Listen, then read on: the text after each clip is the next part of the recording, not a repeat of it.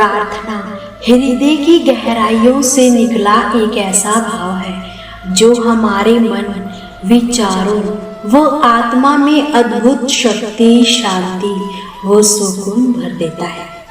प्रार्थना के माध्यम से हम उस परम शक्ति परमात्मा से जुड़ते हैं।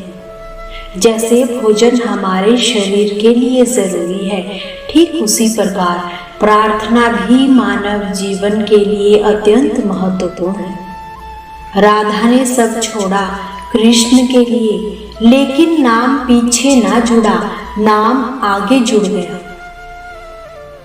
कृष्ण राधा कोई नहीं कहता, सदैव कहा जाता है राधा कृष्ण। जो सब समर्पित करता है वो सब पा लेता है। जो बिल्कुल पीछे खड़ा हो जाता है वो बिल्कुल आगे हो जाता है। किसी भूखे को रोटी खिलाना बहुत पुण्य का काम है, लेकिन उससे भी पुण्य का काम है उसे रोटी कमाने का तरीका बताना। अगर आप किसी को रोटी खिलाते हो तो उसका पेट एक दिन के लिए ही भरेगा, लेकिन अगर आप किसी को रोटी कमाने का तरीका सिखा दोगे तो वो जीवन भर अपना पेट भर सकता है।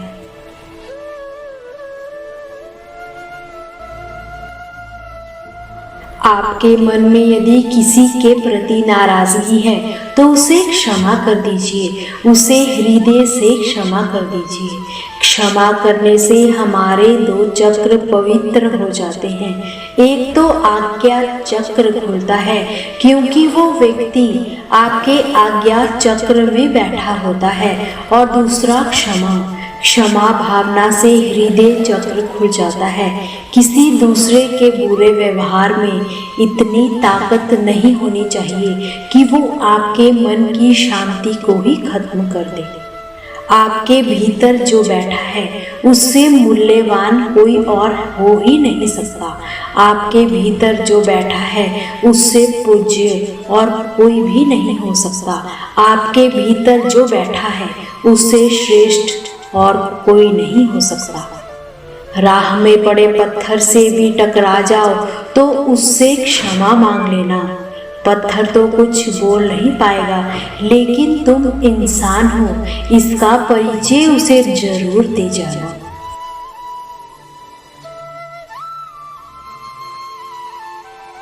दूध, दही, छाछ, मक्खन और घी सब एक ही कुल के होकर सबकी कीमत अलग अलग होती है, क्योंकि श्रेष्ठता जन्म से नहीं बल्कि अपने कर्म, कला और गुणों से प्राप्त होती है। जिस घर में प्रेम व बड़ों का आदर सम्मान होता है वही ईश्वर का निवास होता है। प्यार बांटा गया तो रामायण लिखी गई, और संपत्ति बांटी गई तो महाभारत लिखी गई। चलने वाले पैरों में कितना फर्क होता है, एक आगे तो एक पीछे, पर न कभी आगे वाले को अभिमान होता है ना पीछे वाले को अपमान, क्योंकि उन्हें पता होता है कि कुछ ही समय बाद स्थिति बदलने वाली है। इसी को जीवन कहते हैं। किसी इंसान के साथ रिश्ता रखो तो उसको स्वतंत्र रखो। जो आपका है उसको चाहे आपसे लाख अच्छा मिल जाए वो आपका ही रहेगा, और जो आपका नहीं है उस पर चाहे जान लुटा लेना, वो एक दिन आपको छोड़कर चला ही जाएगा। कितना व्यस्त है ना आज का इंसान, ना जाने किस दौड़ में दौड़ रहा है।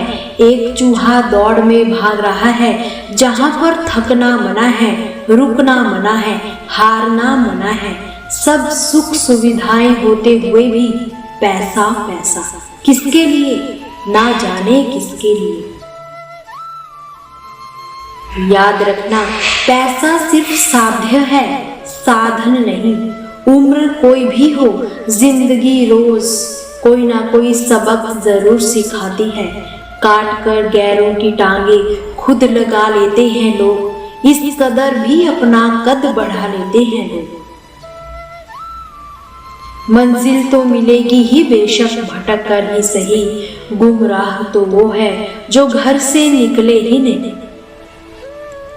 मतलब व स्वार्थ के रिश्ते कोयले की तरह होते हैं, जब गर्म होते हैं तो छूने वाले को जला देते हैं और जब ठंडे होते हैं तो हाथ काले कर देते हैं।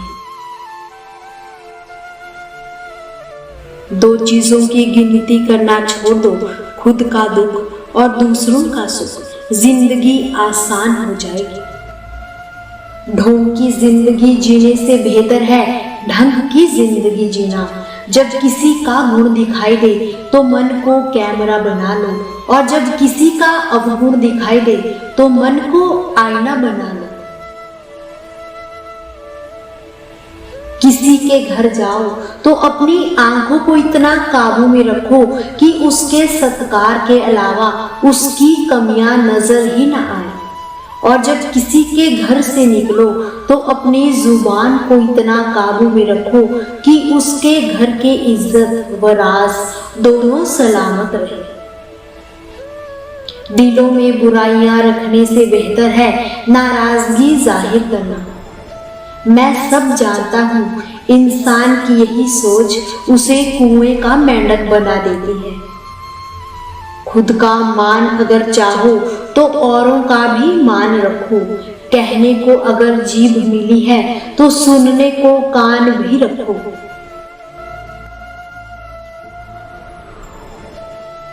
इन बातों को गांठ बांध लो। जो पिता के पैरों को छूता है वो कभी गरीब नहीं होता, और जो माँ के पैरों को छूता है वो कभी बदनसीब नहीं होता। जो भाई के पैरों को छूता है वो कभी गमगीन नहीं होता। जो कभी बहन के पैरों को छूता है वो कभी चरित्रहीन नहीं होता, और जो गुरु के पैरों को छूता है उस जैसा कोई खुश नसीब नहीं होता। जो लोग आपकी बुराई करते हैं तो बिल्कुल परेशान न हो। वास्तव में वे लोग आपको महत्व देने का कोई और रास्ता जानते ही नहीं। कभी उनसे मत डरिए जो बहस करते हैं, पर उनसे जरूर डरिए जो छल करते हैं। ये दो बातें अपने अंदर पैदा कर लो, एक तो चुप रहना और दूसरा माफ कर देना, क्योंकि चुप रहने से बेहतर कोई जवाब नहीं होता और माफ कर देने से बड़ी कोई सजा नहीं होती। फिर मिलेंगे दोस्तों नए वीडियो में, तब तक हंसते रहिए, कभी अपने लिए तो कभी अपनों के लिए।